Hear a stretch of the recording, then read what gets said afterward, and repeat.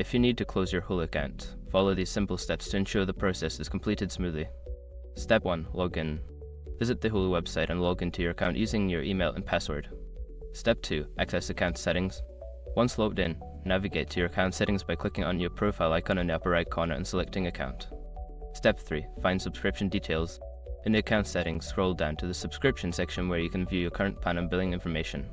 Step 4. Cancel subscription. Click on the option to cancel your subscription. Follow the prompts to confirm your cancellation. Make sure to read any information regarding the end date of your access. Step 5. Confirm account closure. After cancelling your subscription, you may need to confirm that you want to close your account. Follow any additional prompts to finalize the closure. Once you have completed these steps, your Hulu account will be closed.